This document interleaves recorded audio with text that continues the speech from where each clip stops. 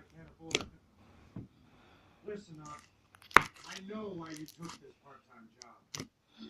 You do? I see it in you. You care about people. Same reason I do it every year. You remind me of my son. He died on Black Friday in '89. Guess I'm still trying to save him. Look, I just wanted to say I really appreciate what you're doing. I promised my wife this would be the last Black Friday I work. When I see folks like you, it makes me hopeful that people will still be okay. Yeah, awesome. No, damn it, no lining up behind the velvet rope. Just don't listen.